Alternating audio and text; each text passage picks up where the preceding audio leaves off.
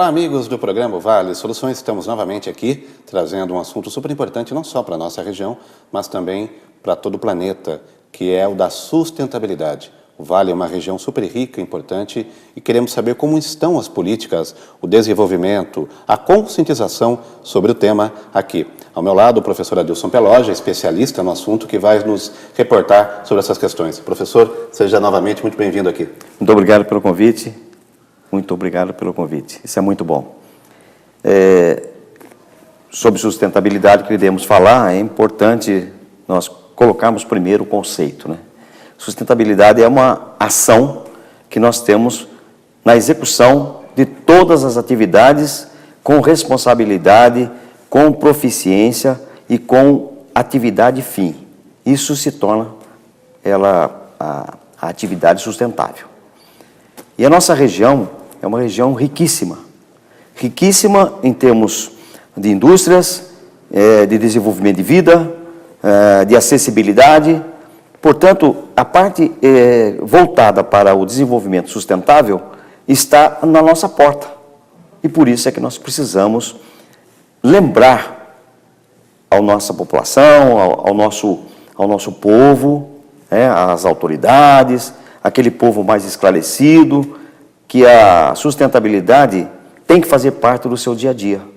Toda vez que for executar alguma coisa, pense na denominação, no conceito de sustentabilidade. O mundo passa por uma transformação importante. Nós temos aí alguns fatores, alguns segmentos mais adiantados. Por exemplo, as montadoras, elas anunciaram, em sua grande maioria, que 2025 será o último ano dos carros com os motores que nós conhecemos. De lá em diante, dessa data, teremos o carro elétrico, que já passa a ser uma realidade em alguns locais. A Prefeitura de Londres, ela já anunciou que em 2025, toda a sua frota de veículos deverá ser composta por veículos elétricos. Nós temos aí Amsterdã, que recentemente anunciou, a cidade de Amsterdã, na Holanda, que carros com mais de 15 anos serão tirados de circulação. E é interessante isso porque é uma cidade que todo mundo, mesmo quem não foi a Amsterdã, já tem aquela visão, aquela cidade que usa suas bicicletas para a locomoção, uma cidade que já se pensa a questão ecológica já há muito tempo, e mesmo assim ela não para por aí. Ela entende que só isso não é o suficiente. Então você vê que o mundo já caminha de uma forma muito mais generalizada, pensando os seus segmentos, seus setores, nessa vertente sustentável, não é? Verdade. E isso que nós vemos lá nos países de primeiro mundo deve ser aplicado também aqui no Brasil. Uhum. Eu não digo para você que em 2025, né? Porque a gente vem de anos atrás, né? 1970, as empresas de fora se instalando no Brasil. E que 2025 seja uma data magna para estabelecermos um padrão da implantação do sistema elétrico no Brasil. Já tem algumas empresas que estão fornecendo veículos elétricos para um treinamento, né? Para que a população se acostume com isso. Mas eu acredito que aqui para nós, em termos de sustentabilidade, vai demorar um pouco mais. Primeiro que o nosso país é um país de uma extensão territorial avantajada, né? É muito grande. Então, como é que nós vamos trabalhar com a sustentabilidade da implantação do sistema de tração elétrica nos veículos, sendo que as nossas estradas não estão adaptadas, as cidades não estão adaptadas, né? E deveremos continuar consumindo combustível fóssil.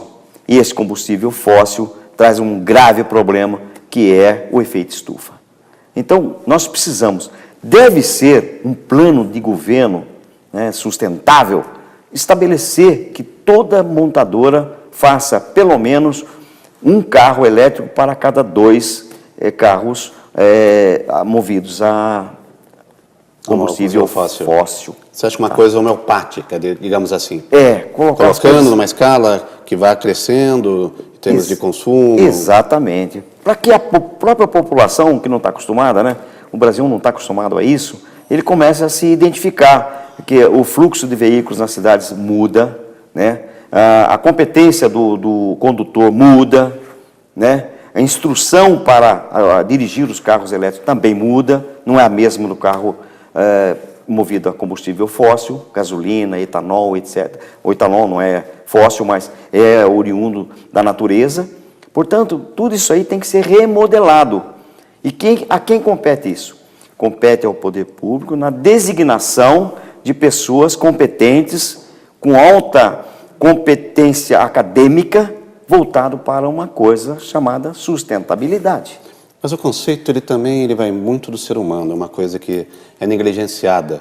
As pessoas acabam interiormente não trabalhando essa questão consigo mesmas para poder depois trabalhar no coletivo. Eu te dou um exemplo, uma coisa que aqui na casa, na Funvic, aqui já está implantado há muito tempo o conceito de sustentabilidade. Então, por exemplo, cada funcionário traz o seu próprio copo, aqui não se usa o copo descartável. Você tem aí, quando você utiliza uma sala para uma reunião, um trabalho, aqui mesmo no estúdio, acabou, desliga-se a energia. É uma coisa que já está implantada aqui, mas a gente sabe que em outros locais é difícil. O Starbucks, em São Paulo, nos Estados Unidos já está abolindo o canudinho plástico, mas em São Paulo ainda é um pouco mais demorado, mas dão a opção de você trazer o seu próprio canudinho da tua casa para consumir os copinhos. A padaria Benjamin também. Falo de São Paulo porque hoje eu moro em São Paulo, então acabo dando como exemplos, né? Mas a região, eu acho que não tem esses exemplos, não é, professor?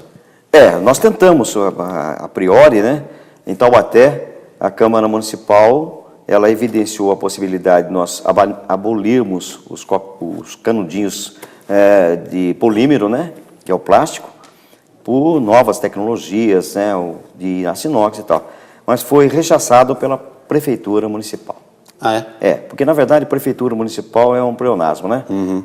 A Prefeitura, nós só temos municipais. Então, a Prefeitura de Taubaté, ela cortou, ela não aprovou essa lei, portanto, retornou com força maior, dado que a população entende que é obrigatório o fornecimento de canudinho para eles. Quer dizer, precisamos mostrar à população que a sustentabilidade advém disto, advém, sabe, da implementação de um determinado projeto e aceitabilidade por parte da população. É trabalhar a consciência, como aqui na casa se trabalha, como a Funvic trabalha com professores, alunos, funcionários, esse conceito.